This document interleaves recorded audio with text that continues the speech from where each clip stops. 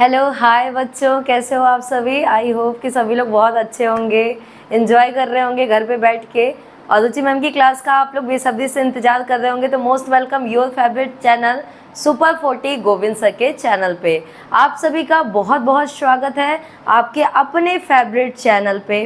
क्योंकि आप लोग यहाँ पे ऑनलाइन प्लेटफॉर्म पे आप ज्वाइन कर लो सभी लोग, और जितने लोग भी ज्वाइन करोगे सभी लोग सेशन को शेयर कर दीजिएगा और चैनल को सब्सक्राइब कर लीजिएगा। गाइज़, हम लोगों ने सैनिक स्कूल या आरएमएस स्कूल की आप लोग तैयारी कर रहे होंगे, तो एक बेहतर तैयारी के लिए हम लोगों को अपना प्लेटफॉर्म चाहिए ही चाहिए। तो बेहतर प्लेटफॉर्म कहाँ पे है, तो यही अपना सुपर 40 रुचि मैम की क्लास। तो गाइज़, आप लोग लगातार प्रीवियस क्लास को भी देखा, साइंटिफिक डिवाइसेस को देखा और एटसेट्रा क्लासेस को, ब्ला ब्ला क्लासेस को हम लोगों ने इसमें सेशन में कंप्लीट कर रहे हैं। तो गाइज़, हम लोगों ने जो चैप्टर को देखा है वो अपने एग्जाम पॉइंट ऑफ व्यू से मोस्ट इंपॉर्टेंट चैप्टर होते हैं। ओके, तो आई होप कि सभी लोग जो तैयारी कर रहे होंगे उनको चीज़ें समझ में भी आ रही होंगी, एमसीक्यूज क्वेश्चंस आप सॉल्व भी कर पा रहे होंगे। तो आज एक मोस्ट इंपॉर्टेंट टॉपिक, जैसा कि आप लोग को थंबनेल में दिख रहा होगा, एक्सपेरिमेंट विथ वाटर। आज हम लोग वाटर के साथ क्या करेंगे, डिफरेंट तरीके से एक्सपेरिमेंट करेंगे और देखेंगे कि वाटर हमारे लिए कितनी एसेंशियल होती है। तो गाइज, आप सभी लोग कमेंट में कमेंट करें, सभी लोग बच्चा लोग कमेंट करेंगे क्या वाटर बहुत एसेंशियल है क्या हमारे लाइफ में। तो मैं आपको अगर बताऊं कि वाटर को अगर मैं आपको कहूँ कि बच्चा वाटर कुछ इस तरीके से एसेंशियल होता है कि अगर मैं यहाँ पे कह देती हूँ water is life, I am right or wrong.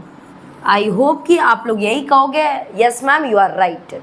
Because यहाँ पे आप सभी को पता है कि अगर ये पानी नहीं होता, ये वाटर नहीं होता, ये जल नहीं होता, तो आई थिंक हम लोग कोई भी अपने इस इन्वायरमेंट में सर्वाइव नहीं कर पाते। क्या सभी को पता है ना ये बात है? जी हाँ, हम लोग सर्वाइव नहीं कर पाते क्योंकि हम लोगों को अगर देखोगे आप कुकिंग के लिए या फिर आप देखोगे यहाँ पे गार्डनिंग के लिए, वॉशिंग के लिए, है ना, यहाँ पे पीने के लिए, ड्रिंकिंग के लिए, सभी चीज़ों के लिए हमें क्या नीड होती है, तो बहुत इंपॉर्टेंट होता है हमारा वाटर। वाटर का एक अलग सा ही फॉर्म होता है बच्चा लोग, यहाँ पे देखना है एक्सपेरिमेंट विथ वाटर। तो आज हम लोग इसी टॉपिक के बारे में डिस्कस करने वाले हैं और क्वेश्चंस कहाँ से बनते हैं वो सारे एक एक करके आपको one by one, step by step बताएंगे। तो आप लोग हैंड रिटन नोट्स जरूर बनाइएगा, ठीक है। तो फटाफट आप लोग बैठ जाइएगा और अपने नोट्स, पेपर, पेन, कॉपी लेके बैठिएगा। स्टार्ट करते हैं आज का अपना टॉपिक।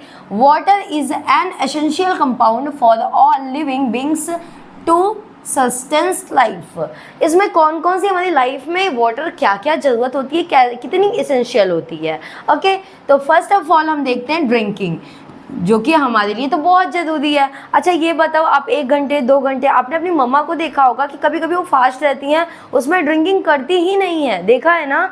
यस या or no, yes or no, तो ये आपने देखा होगा, ठीक है। तो मैक्सिमम वो कितने डेज तक रहती हैं, या तो 1 डेज, और अगर थोड़ा सा और हम देख सकते हैं तो 2 डेज, इतने ही डे वो क्या रहती हैं विदाउट वाटर, इतना ही रह सकती हैं, ठीक है। फिर उन्हें वाटर की क्या चाहिए होती है, वाटर की नीड होती है, उन्हें वाटर चाहिए ही होती है क्योंकि वाटर बिना वो सर्वाइव नहीं कर पाएंगी। तो यहाँ पे हम लोगों ने देखा कि कितना एसेंशियल होता है। नेक्स्ट बाथिंग, ठीक है। अगर मैं आप ये कहोगे मैम हम बाथिंग बिना रह सकते हैं, तो ठीक है, आप बात किए बिना रह सकते हो कितने दिन, 1 दिन 2 दिन 3 दिन। जब आपको गर्मी लगेगी तो आप क्या करोगे, बात तो करोगे इन्हें, वह बात करोगे तो आपको किसकी एसेंशियल होगी, तो आपको जरूरत होगी, किसकी नीड होगी, वाटर की नीड होगी। फिर आप लोग कमेंट करोगे कि मैम कुकिंग फूड में ज़रूरी है क्या, तो आप बताओ कि कोई भी फूड का नाम आप मेरे को कमेंट में कमेंट करके बताना कि अगर आप लोग कुकिंग करते हो तो क्या बहुत एसेंशियल होता है वाटर। जी हाँ बच्चा लोग, बहुत ज़रूरी होता है। यदि आप अगर यहाँ पे देखोगे तो अगर आप लोग वेजिटेबल को भी क्या करते हो, वॉश करते हो, तो बिना वॉश के तो बनाएंगे नहीं, है ना। तो उसके जितने भी इंग्रेडिएंट्स होते हैं उसको भी अगर हम लोग लेंगे तो उसको वॉश ही करेंगे। जो पॉट्स हम लोग यूज़ करते हैं उनको भी हम लोग क्या करते हैं, वॉश करके ही यूज़ करते हैं। तो आपको कुकिंग करने के लिए भी बहुत इंपॉर्टेंट होता है। जैसे कि आप सभी लोगों के कमेंट भी आते हैं कि मैम अगर जलेबी बनाएंगे तो कहाँ से वॉश करेंगे, उसमें क्या पानी की ज़रूरत है। तो बच्चा जो बैटर तैयार करते हैं वो उसमें क्या चाहिए होता है, उसमें भी तो वाटर चाहिए होता है। विदाउट बैटर आप जो है कि जलेबी बना नहीं सकते। तो किसी भी चीज़ का आप लोग कॉमेंट में कॉमेंट करिएगा कि वाटर कितने एसेंशियल होते हैं। Okay, next washing cloth. तो अगर आपसे मैं कहूँ कि आप एक दिन अपने अपने फेवरेट क्लॉथ को पहनो, फिर 2 दिन वही पहनो, फिर तीसरे दिन भी वही पहनोगे, कब तक वही पहनोगे? कभी तो कभी वो क्लॉथ क्या होगा, डर्टी हो जाएगा। जब डर्टी हो जाएगा तो आपको किसकी नीड होगी? वाटर की नीड होगी। वाटर की नीड क्यों होगी? क्योंकि आपको क्लॉथ अपना क्लीन करना है, और क्लॉथ को क्लीन करने के लिए किसका एसेंशियल है? तो वो भी वाटर का। Very good. नेक्स्ट आप लोग इमेज देख रहे होंगे गार्डनिंग। गार्डनिंग यानी कि जब हम छोटे छोटे ट्रीज लगाते हैं, छोटे छोटे प्लांट्स लगाते हैं, तो हमें क्या चाहिए होता है? हमें वाटर चाहिए होता है, ताकि उसके भी जो ग्रोथ हो सके वो बढ़िया तरीके से हो सके। आई होप कि आप लोग को मज़ा आ रहा होगा क्लासेस में। ओके, तो इतनी इंपॉर्टेंट चीज़ें हम लोगों ने अभी देखी हैं। नेक्स्ट यहाँ से क्या इंपॉर्टेंट होता है, आप नेक्स्ट यहाँ से देख सकते हो कि जो हमारे ओशन में है, सी में आप देख रहे हो, यहाँ पे आप कहाँ देख रहे हैं? सी में आपके लिए इमेज लगाया हुआ है, आप यहाँ पे देख सकते हो। The ocean and sea covers about 3/4 surface. 3/4 surface, इसका मतलब क्या होता है? Anyone comment this sentence. So मैं आपको बताती हूँ कि इसका मतलब क्या होता है। यहाँ पे कह रहे हैं कि अगर ओशन की बात कर लें, सी की बात कर लें, तो अगर हम सारे वाटर को 1 पे सपोज करते हैं, तो इसमें 3/4 पार्ट किसका है? वो ओशन और सीज का है, जो कवर करता है। ओके, अगर आप सोचो कि क्या आप ओशन का पानी पी सकते हो क्या, तो आप सभी को पता है कि अगर समुद्र का पानी आप देखोगे, सागर का पानी आप देखोगे, तो वो कैसा होता है? वो खारा होता है, जिससे हमें सॉल्टी टेस्ट आते हैं। तो सॉल्टी टेस्ट को आप यूज़ कर सकते हो क्या? अगर मैं कहूँ कि आप इस ओशन के वाटर से बात कर लो, तो क्या आप जब बात करोगे तो आपको रिलैक्स फील होगा? कभी बात करके देखना। या फिर क्या करना कि कभी आप बाहर कभी घूमने जाते हो तो सीज में क्या करो, वहाँ पे जाओ और आप एक बार बात करो, या फिर उसका पानी पियो, है ना। जैसे ही आप ड्रिंक करोगे आपको पानी सॉल्टी आएगी, तो ये पानी हम लोग नहीं पी सकते। यानी कि हमारे लिए ड्रिंकिंग का जो वाटर होता है वो इससे बहुत अलग होता है। ये 3/4 सरफेस पे जो है वो ओशन एंड सीज का है। ओके, आई होप कि अगर क्वेश्चन यहाँ से बनता है कि ओशन और सी के कितना कवर किया हुआ है, तो आई होप कि आप आंसर कर ले जाओगे 3/4। Next, contain high levels of salt. इसमें जिनके जो कंटेंट्स होते हैं वो बहुत ही सॉल्टी होते हैं। यही बातें मैंने अभी आपको प्रीवियस लेक्चर में बताया। अनफिट फॉर ह्यूमन कंजप्शन, ये जो हमारे ह्यूमंस के लिए होता है, मानव के लिए जो होता है, वो एक तरीके से अनफिट होता है। यदि आप ऐसे पानी पीते हो तो आप कैसा फील करोगे? आप अनहेल्दी फील करोगे, अनफिट फील करोगे। ओके बच्चे, तो हम लोग ये वाले पानी को नहीं पीते हैं, ध्यान रखिएगा। हम लोग ये वाले पानी को क्या करेंगे? बिल्कुल ड्रिंक नहीं करेंगे। चलो, बहुत बढ़िया। आपको ऐसे पानी मिले तो भी आप नहीं ड्रिंक करना। ये आपके लिए मोस्ट इम्पॉर्टेंट है। इसको समझने में थोड़ा सा टाइम लगेगा, लेकिन इसको वेरी IMP कर लेना। ये बच्चा इसमें कुछ ज़्यादा ही प्रोसेस हो गए, लेकिन मेनली आपके जो एग्ज़ाम्स में 5 प्रोसेस बहुत इंपॉर्टेंट होते हैं, जो कि आपको आज की क्लास में स्टडी करनी है। ओके, वाटर साइकिल से हमें क्या जानना है, और इसकी जो कौन सी प्रोसेस है जो हमारे लिए मोस्ट इम्पॉर्टेंट है हमारे एग्ज़ाम्स पॉइंट ऑफ व्यू से। सपोज दैट अगर मैं आपसे कहती हूँ इनके जो प्रोसेस इंपॉर्टेंट है, मैं उसको आपको बताती हूँ। एक आपका इंपॉर्टेंट है वेपोराइजेशन, वेपोराइजेशन। सेकंड इंपॉर्टेंट है आपका कंडेंसेशन। थर्ड आपका यहाँ पे परकोलेशन एक प्रोसेस होता है, मैं लिख दे रही हूँ, परकोलेशन एक प्रोसेस होता है, वो आपके लिए इम्पॉर्टेंट होता है। नेक्स्ट आपका सब्लिमेशन इम्पॉर्टेंट होता है, प्रेसिपिटेशन इम्पॉर्टेंट होता है। तो ये 3-4 प्रोसेस ऐसे हैं। और ग्राउंड वाटर डिस्चार्ज, ये क्या होता है वो भी हम लोग आज की क्लास में देखेंगे। ओके, तो तैयार हैं? तो एक हेडिंग डाल लीजिएगा बच्चे। हम लोग तैयार करते हैं और किस तरीके से हम लोग इसको एक करके समझते चलते हैं। All of you ready? Okay, let's start. Vaporisation, first of all आप लोग हेडिंग डालना वेपोराइजेशन। जब पहले हम लोग बात करते हैं, जैसे ही हम लोग के नीचे यहाँ पे water body, suppose that, okay, मैं दूसरा कलर यूज़ करती हूँ, फिर आपको बढ़िया से समझ में आएगा। वेट,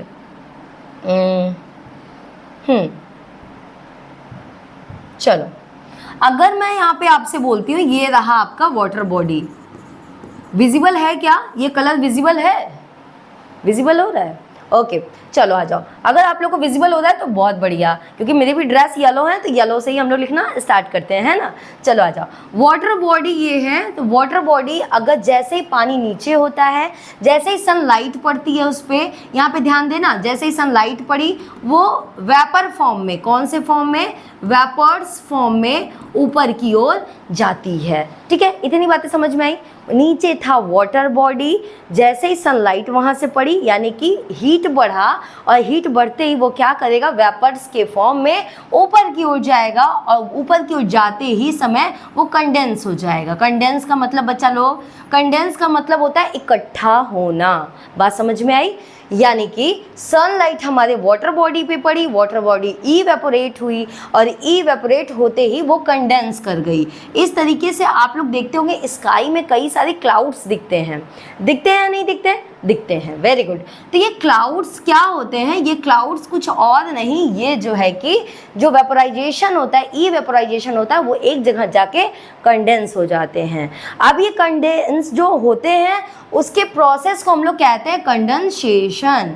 बात समझ में आ रही है? चलो बहुत बढ़िया। यहाँ तक बात समझ में आई तो हम इसको क्या करते हैं, इरेज करते हैं। यहाँ तक हमें बात समझ में आ गई। यानी कि आपको कौन कौन सी बात समझ में आई? चलो एक बार मैं फिर से रिवाइज करूँगी, लेकिन सारे प्रोसेस को आप लोग सुन लेना, क्योंकि यहाँ से मोस्ट इंपॉर्टेंट है, क्वेश्चन बनेंगे। डैम श्योर है बच्चा लोग, क्वेश्चन बनेंगे। ओके, तो यहाँ से हम लोगों ने आपसे कहा कि फर्स्ट आपका जो था इवेपोराइजेशन, यहाँ पे नीचे सभी को पता है ये वाटर बॉडी होती है। ये वाटर बॉडी जब क्या करेगी, इवेपोरेट होती है, यानी कि जब वेपोराइजेशन होता है इसमें, जब इसमें वेपोराइजेशन होता है तो ये वाटर को क्या करता है, इवेपोरेट करता है। वेपर्स के फॉर्म में ये ऊपर की ओर जाता है। जैसे ही ये वेपर्स के फॉर्म में ये ऊपर की ओर जाएगा, यानी कि ये जो प्रोसेस होगी इवेपोराइजेशन होता है। ओके, फिर इवेपोराइजेशन में हमारे लिए ये जो हमारा वाटर पार्टिकल्स था जो ऊपर जा रहा था वो कंडेंस हो जाएगा। एक जगह जाके जो कंडेंस हो जाता है, इस प्रोसेस को हम कंडेंसेशन कहते हैं। अब ये कंडेंसेशन तो हो गया बच्चा, ठीक, इतनी प्रोसेस तो हमें कंप्लीट हो गई। तो मैम जी, अरे वाह, आपके दिमाग में बहुत बढ़िया क्वेश्चन आया। अरे मैम जी, तो ये तो कंडेंसेशन हो गया, तो हमारे पास जो रेनिंग होती है वो कैसे होती है? That's good question. जो रेनिंग होती है वो कंडेंसेशन के बाद एक प्रोसेस होता है जिसे हम रेनिंग कहते हैं, या प्रेसिपिटेशन भी कह सकते हैं। ओके, रेनिंग या प्रेसिपिटेशन, ये आप लोग नोट डाउन कर लेना। तो ये जो प्रोसेस होती है उसे हम कहते हैं रेनिंग या फिर प्रेसिपिटेशन। अब यहाँ से क्या होता है, वाटर नीचे की ओर आने लगता है, और जैसे ही ग्राउंड अर्थ पे आता है, यानी कि यहाँ पे जैसे ही सरफेस पे आएगा, कहाँ पे आ रहा है, ये सरफेस पे आता है। इस सरफेस में कुछ जो वाटर होते हैं वो सरफेस के नीचे यानी कि ग्राउंड वाटर हो जाते हैं। यहाँ पे देख सकते हैं आप, ग्राउंड वाटर डिस्चार्ज करते हैं, यानी कि एक तरीके से डिस्चार्ज करता है। और ग्राउंड वाटर जो डिस्चार्ज करता है और जो सरफेस पे थोड़ा सा वाटर बचा रहता है, उस प्रोसेस को हम पर्कुलेशन कहते हैं।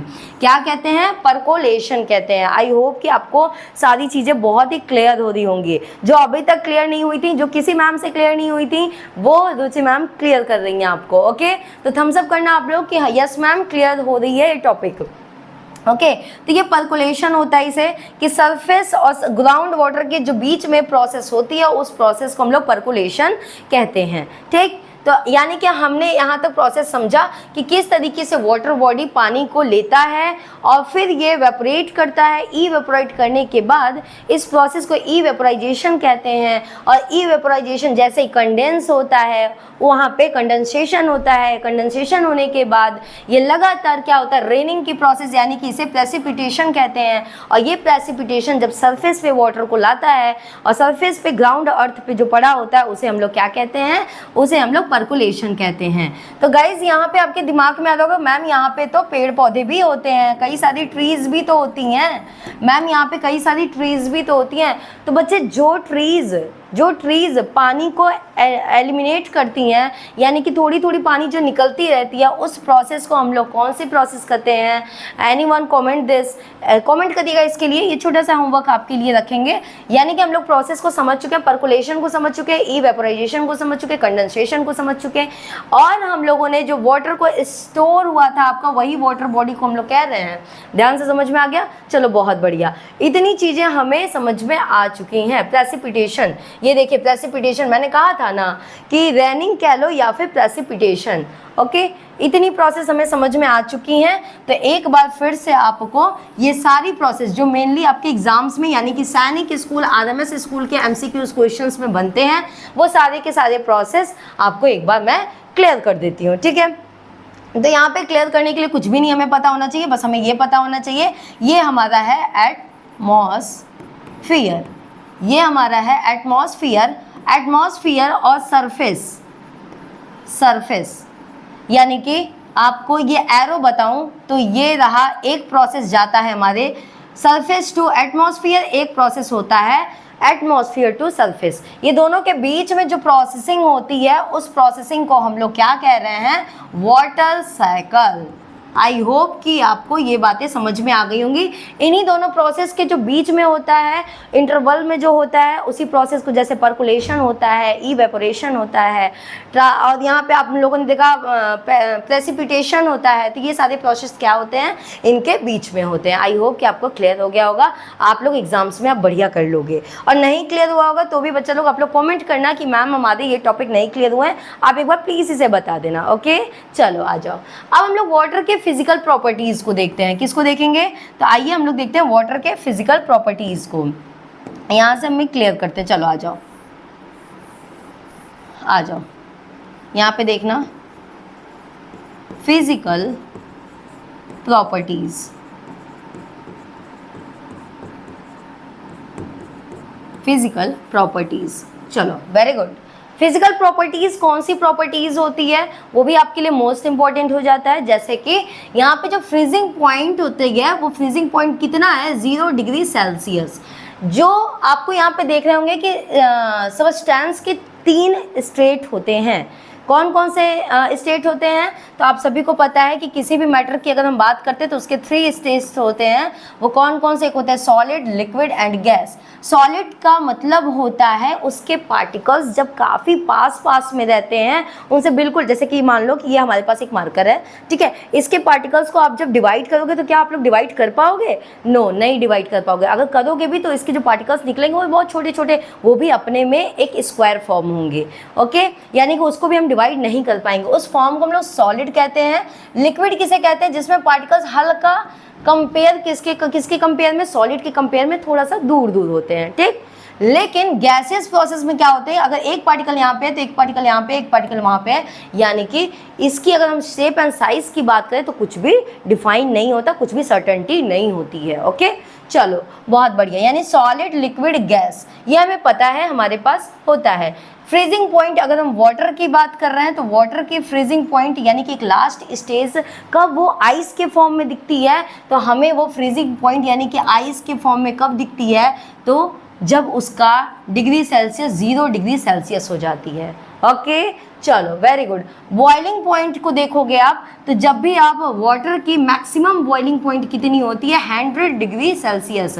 100 डिग्री में भैया वो तो खौलने लगेगा, बॉयल की टेम्परेचर हाई हो जाएगा एकदम, तो ये 100 डिग्री सेल्सियस। एंड लास्ट आप देखोगे water exist in their 3 state, कौन कौन से, सॉलिड, लिक्विड एंड गैस। ये अभी मैंने आपको बताया। अब बच्चे यहाँ पे आपको एक और चीज़ पढ़नी है जो मोस्ट इम्पॉर्टेंट है, इंटरचेंजेबल। अब ये इंटरचेंजेबल क्या होता है, इस स्टेट का इंटरचेंज, ये देखिएगा आप, इस तरीके से हम लोगों ने पढ़ना है। सॉलिड की अगर हम बात करते हैं, वेट, चलो देखो, सॉलिड की अगर हम बात कर रहे हैं यहाँ से आपको सॉलिड, लिक्विड एंड गैस। तो ये प्रोसेस में इंटरचेंजेबल क्या होता है, इंटरचेंजेबल क्या होता है, जब हम सॉलिड से किसी भी ऑब्जेक्ट यानी कि वाटर को ही ले लो, सॉलिड से जब लिक्विड फॉर्म में चेंज करते हैं तो इसका एक स्पेसिफिक नेम होता है, उसका नेम पूछा जाता है, कई बार आपसे पूछा गया है। फिर यहाँ पे पूछेगा लिक्विड टू, जब हम गैसियस के फॉर्म में चेंज कर रहे हैं ऑब्जेक्ट को तो उसका स्पेसिफिक नेम क्या होता है। फिर आपसे क्वेश्चन बनेगा गैस से आप किसको चेंज करोगे, सॉलिड में। फिर ये सॉलिड की अगर हम बात करते हैं तो सॉलिड से सीधा आपकी गैस के फॉर्म में भी चेंज होता है, तो इसके स्पेसिफिक नेम होते हैं जो हम आने वाले नेक्स्ट क्लास में अपने पढ़ेंगे। तो आई होप कि आपको आज का सेशन बड़ा ही मज़ेदार लगा होगा। वाटर की वैल्यू समझ में आई होगी, क्योंकि हम लोग विदाउट वाटर कुछ भी नहीं कर सकते। अगर कुछ कर सकते हैं तो आप लोग कमेंट करिएगा। और हाँ, आपके दिमाग में अगर चल रहा होगा कि मैम तब तो वाटर इतना इंपॉर्टेंट होता है हमारे लिए, तो water is a life, but electricity भी हमारी कहाँ से प्रोड्यूस हो रही है, तो वो भी वाटर से प्रोड्यूस हो रही है। आई होप कि आपको सेशन आज का बहुत ही मज़ेदार लगा होगा। तो thank you so much guys. आज की क्लास, जय हिंद।